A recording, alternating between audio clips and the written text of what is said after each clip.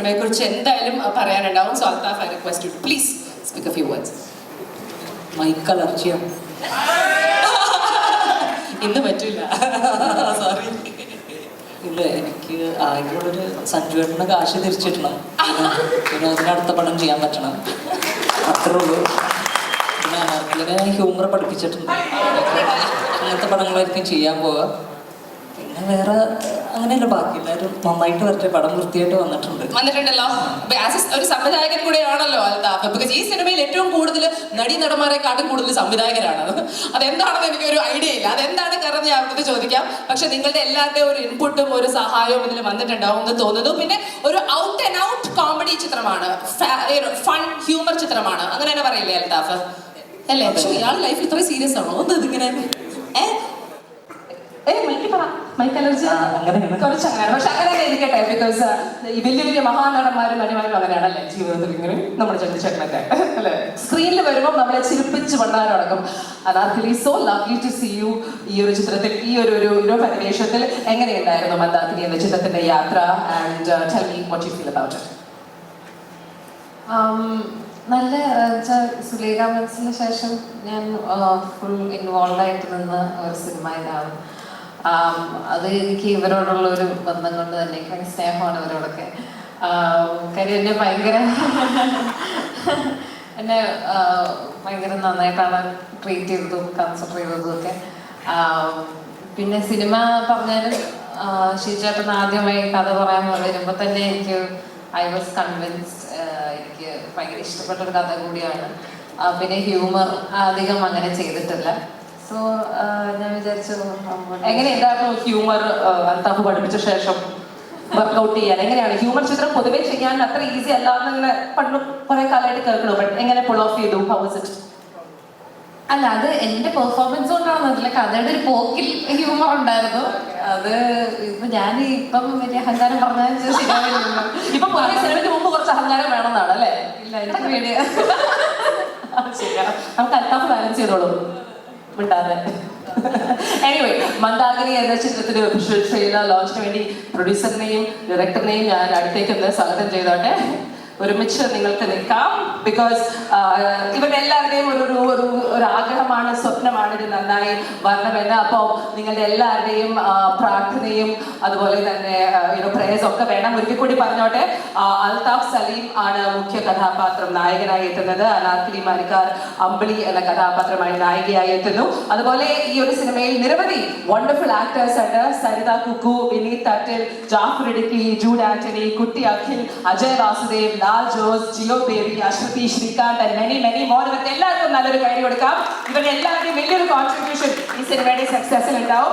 അതുപോലെ തന്നെ ഈ സിനിമയുടെ story we know that it is by Shiju M Bhaskar. Shiju തന്നെയാണ് ഇതിന്റെ DOP ആയി എത്തുന്നത്. അത് എഴുതിയിരിക്കുന്നതും സംവിധാനം ചെയ്തിരിക്കുന്നതും വിനോദ് ലീലയാണ്. സംഗീതം ചെയ്തിരിക്കുന്നത് ബിപിൻ അശോക് ആണ്. Editor Sheril, production control Shihab Vennala, sound ഡിസൈനറായി എത്തിയിരിക്കുന്നത് രംഗനാഥ് രവിയാണ്. Makeup Manu Mohan, art department Sunil Kumaran. We've got the lovely Saunita who's helped us a lot as well. So ഇത്രയും വലിയ നിരവധി വേറെ ആൾക്കാരും നമ്മുടെ കൂടെ ഇവിടെ തന്നെ ഉണ്ട്. ഇവരെല്ലാവരും കൂടെ അവരുടെ ഒരു ചെറിയ സിനിമ നിങ്ങൾ മലയാളി പ്രേക്ഷകരുടെ അടുത്തേക്ക് എത്തിക്കാൻ പോവുകയാണ്. സോ അൽത്താഫ്, അനാർക്കലി ഈ ഒരു റിമോട്ട് അമർത്തി ഒഫീഷ്യലി മന്ദാകിനിയുടെ ട്രെയിലർ ലോഞ്ച് ചെയ്യാനായി നിങ്ങളോട് ഞാൻ അഭ്യർത്ഥിക്കുന്നു. ഒരുമിച്ച് തിരികെ നിന്ന് സ്ക്രീനിലേക്ക് കാണിച്ചാൽ അവിടെ സ്ഥാനം വരുമായിരിക്കും. നമസ്കാരം. ഞാൻ നമ്മുടെ അൽത്താഫിൻ്റെ അലീനായിട്ടാണ് ഈ പടത്തിൽ. അൽത്താഫ് നായകനായിട്ടുള്ള ആദ്യത്തെ ഒരു സിനിമയാണ്. അപ്പം എല്ലാവരും സപ്പോർട്ട് ഉണ്ടാവണം. ഈ നമ്മൾ കുറച്ച് സിനിമകളൊക്കെ ചെയ്തിട്ടുണ്ട്. പക്ഷേ ഈ സിനിമയിലൊരു പ്രത്യേകത എനിക്ക് തോന്നിയത്, ഷൂട്ട് കഴിഞ്ഞിട്ടും ആൺകുട്ടികളായിട്ട് പെൺകുട്ടികളായിട്ട് ഇവരൊന്നും പിരിഞ്ഞു പോയിട്ടില്ല. എല്ലാവരും ഇപ്പോഴും ഉണ്ട്. ഞാൻ മാത്രമില്ല, ഞാൻ ഒരു ചെറിയ തരത്തിൽ പോയി. പക്ഷെ ഇവരൊന്നും ഇതുവരെ ഒരു ദിവസം പോലും പിരിഞ്ഞായിട്ട് ഞാൻ കണ്ടിട്ടില്ല. അപ്പം അത്രയും 100% ആത്മാർത്ഥതയിൽ ചെയ്തിട്ടുള്ള സിനിമയാണ്. എനിക്കും വളരെ ഹാപ്പി ആയിരുന്നു. നമുക്കൊരു ഷൂട്ടായിട്ടില്ല തോന്നിയ നമ്മുടെ ഒരു അയൽവക്കത്ത് നമുക്ക് സ്നേഹമുള്ളൊരു വീട്ടിലെ കല്യാണം കൂടുന്ന പോലെ ഒരു പ്രതീതിയായിരുന്നു എനിക്ക്. പിന്നെ എല്ലാവരോടും താങ്ക്സ്. എന്നെ ഈ വേഷം ധൈര്യമായിട്ട് ഏൽപ്പിച്ചത്. ഹാപ്പി, ഞാൻ ഹാപ്പി. എന്താ പറയണമെന്ന് അറിയില്ല.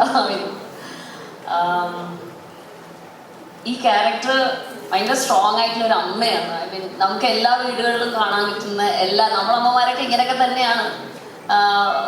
എല്ലാവരും അറിയാം നമുക്ക് പിള്ളേരുടെ അടുത്തൊക്കെ എങ്ങനെ പെരുമാറുന്നത്. അതുപോലത്തെ ഒരു അമ്മ തന്നെയാണ്. കുറച്ചുകൂടെ സ്ട്രോങ്, വിഷ്വലി ഭയങ്കര രസമായിട്ടുള്ള ഒരു ക്യാരക്ടറാണ്. എനിക്ക് ഇതിനെപ്പറ്റി അധികം ഡീറ്റെയിൽ ആയിട്ട് പറയാൻ താല്പര്യമില്ല. ബിക്കോസ് സിനിമ കണ്ടിട്ടാണ് പറയേണ്ടത് എത്ര സ്ട്രോങ് ആയിട്ടുള്ള അമ്മയാണെന്നുള്ളത്.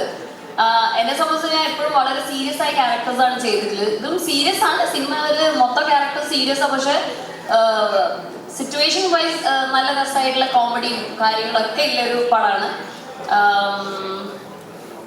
അധികം എനിക്ക് പറയാൻ പറ്റുന്നില്ല. ഐ മീൻ സിനിമ കണ്ടിട്ട് എല്ലാവരും പറയണമെന്നാണ് എൻ്റെ ആഗ്രഹം. അത് എത്ര സ്ട്രോങ് ആണ്, എത്ര രസകരമായിട്ടുണ്ട് എന്നൊക്കെ. കംപ്ലീറ്റ്ലി ഒരു ഡിഫറെൻറ്റ് ലുക്കിലൊരു ക്യാരക്ടറാണ്. ഇങ്ങനെ കാണുന്ന പോലെയല്ല. സോ അതാണ് എനിക്ക് ഒരു എക്സൈറ്റ്മെന്റ് ഫാക്ടർ അതിൽ കിടക്കുന്നത്. സോ ഇങ്ങനെ കാണുമ്പോൾ, സിനിമയിൽ കാണുമ്പോൾ അമ്മ എന്നുള്ള രീതിയിൽ എങ്ങനെയാണ് ആൾക്കാർക്ക് ആക്സെപ്റ്റബിൾ ആവുന്നുള്ളത് വളരെ ഇമ്പോർട്ടൻ്റ് ആണ്. സോ അത് എനിക്കൊന്ന് സിനിമ കഴിയുമ്പോഴായിരിക്കും പറയാൻ പറ്റുന്ന കാണുന്നവർക്ക്. അത്രയും താങ്ക് യു. പൊളിക്കും മോനെ, അധികം സമയം എടുക്കരുതെന്ന് വിനോദേട്ടൻ പറഞ്ഞിട്ടുണ്ട്. 2 മിനിറ്റുള്ളിൽ തന്നെ ഇറക്കി വിടും. ഇല്ല, നമ്മുടെ ഡയറക്ടർ വിനോദേട്ടൻ ചോദിച്ചായിരുന്നു ഞാൻ കുറച്ച് കൂടുതൽ സമയം എടുത്തോളാണ്. ഞാൻ പറഞ്ഞില്ല, ടൗൺ പ്ലാസയുടെ ബില്ലൊരു 50,000 കൂടിയിട്ട് വെക്കും.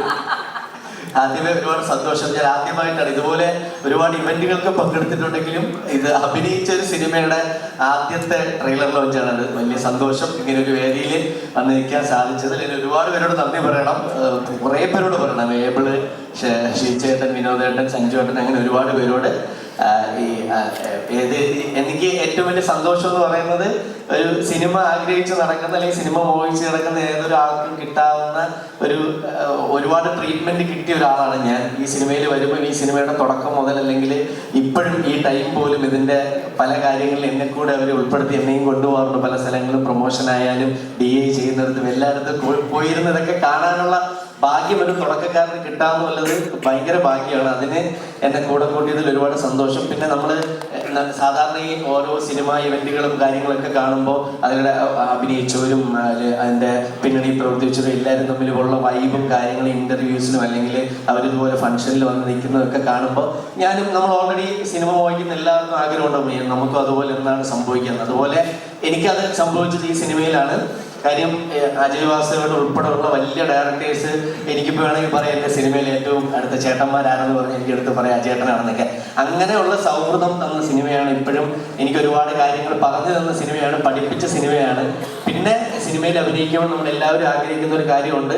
നമ്മൾ ആ സിനിമയിൽ അഭിനയിക്കുമ്പോൾ ഒരു സീനാണെങ്കിൽ കൂടി ആ സിനിമയുടെ കഥയ്ക്ക് അല്ലെങ്കിൽ സിനിമയുടെ പോക്കിന് നമ്മുടെ ആ ഒരു സീൻ വളരെ ഇമ്പോർട്ടൻ്റ് ആയിരിക്കണമെന്ന് നമ്മൾ ആഗ്രഹിക്കും. അതുപോലെ അത്രയും ഇമ്പോർട്ടൻ്റ് ആയിട്ടുള്ളൊരു കഥാപാത്രം ചെയ്ത സിനിമ കൂടിയാണ്. അപ്പോൾ ഈ സിനിമയിൽ ഒരുപാട് പേരെ നോക്കിയിട്ട് അവസാനം എന്നിലേക്ക് ഈ കഥാപാത്രത്തെ എത്തിച്ച അല്ലെങ്കിൽ എൻ്റെ പേര് പറഞ്ഞ ഏബിളിന് ഒരുപാട് നന്ദി. എനിക്ക് പകരം ഒരുപാട് ആൾക്കാർ ഇവർ നോക്കിയതാണ്. പക്ഷേ ആ തിരക്കായി എനിക്ക് പകരം നോക്കിയ ആൾക്കാരൊക്കെ തിരക്കായതിനും അവരോട് നന്ദി. അവർക്ക് ആ തിരക്കാവാൻ ആ സിനിമകൾ കൊടുത്ത ആ ഡയറക്ടേഴ്സിന് നന്ദി, ആ പ്രൊഡ്യൂസേഴ്സിന് നന്ദി.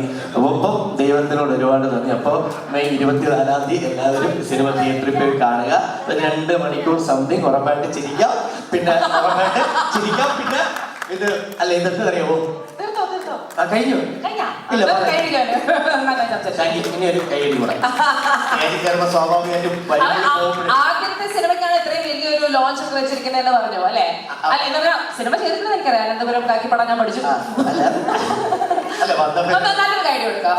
എല്ലാവരോടും ഇത് ഇങ്ങനെ നിരവധി വലിയ സിനിമകളുടെയും ചെറിയ സിനിമകളുടെയും ഭാഗമാവാൻ പറ്റിട്ട് അഖിലിന് ഒരു കാര്യം പറയാനുണ്ട്. സമയം 12 മണി കഴിഞ്ഞു. ഒഫീഷ്യലി മന്ദാകിനിയുടെ ട്രെയിലർ ലോഞ്ച് നമ്മളെല്ലാവരുടെയും പ്രിയ നടൻ പൃഥ്വിരാജിന്റെ പേജിലൂടെ ഇപ്പോൾ ഓൾറെഡി കഴിഞ്ഞിരിക്കുകയാണ്. So very happy about it. നല്ലൊരു ഐഡിയ ആവാം അതിനുവേണ്ടി. പിന്നെ ഈ സിനിമയുടെ മറ്റൊരു മുഖ്യ സംഭവം എന്ന് പറഞ്ഞാൽ അതിന്റെ മ്യൂസിക് ആണ് അല്ലെ? അതിന്റെ സംഗീതം ഇതിനൊരു ലൈഫ് കൊടുത്തിട്ടുണ്ട്. അത് ചെയ്തിരിക്കുന്നത് ബിബിനാണ്. ബിബിൻ ഒന്ന് മുന്നോട്ട് വരാമോ പ്ലീസ്? ഡാബ്സിനെ കൊണ്ട് ഈ ചിത്രത്തിൽ ഒരു അടിപൊളി പാട്ടൊക്കെ ചെയ്യിച്ചിട്ടുണ്ട് എന്ന് പറഞ്ഞു. അപ്പം ഞങ്ങൾക്ക് അതിനെ കുറിച്ച് എന്തെങ്കിലും ഒരു ഐഡിയ. ഇപ്പൊ പാട്ട് എന്തായാലും റിലീസ് ആയിട്ടില്ല. സരിഗമ എന്നാ റിലീസ് ചെയ്യുന്നത്? ഈ ആഴ്ച ഉണ്ടാവും. അപ്പൊ അതിനുവേണ്ടി കാത്തിരിക്കാം. ഇടയ്ക്ക് ഞങ്ങൾ ഇവിടെ ഒരു പൊടി വിളിച്ചേനെ, സമ്മതിച്ചില്ല. കരൾ പാട്ടാണോ? കേട്ടെ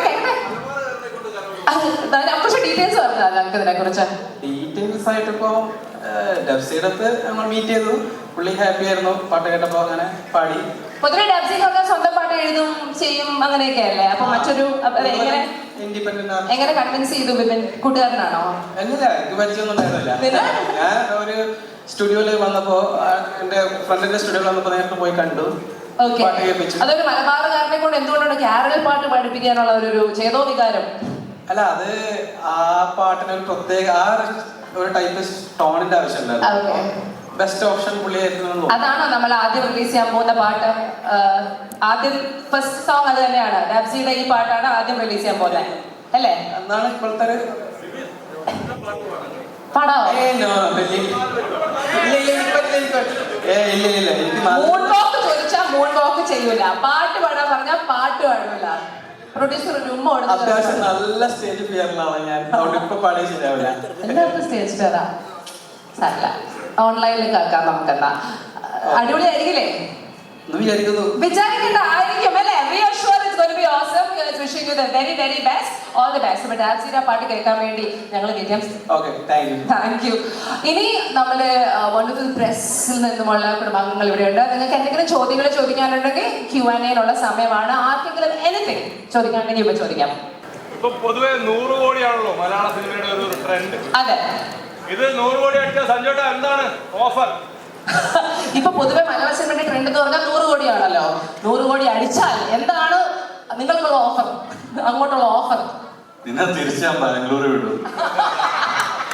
ആ കാശ് പോക്കറ്റിലിട്ട് അല്ല ഞങ്ങൾക്കൊക്കെ തന്നിട്ട്. IT ഫീൽഡിൽ വർക്ക് ചെയ്തതാണ്, സിനിമയ്ക്ക് വേണ്ടി ജോലിയൊക്കെ വിട്ടു. അത് ഞാൻ പറഞ്ഞു തിരിച്ച് IT ഫീൽഡിൽ വിടുമെന്ന്.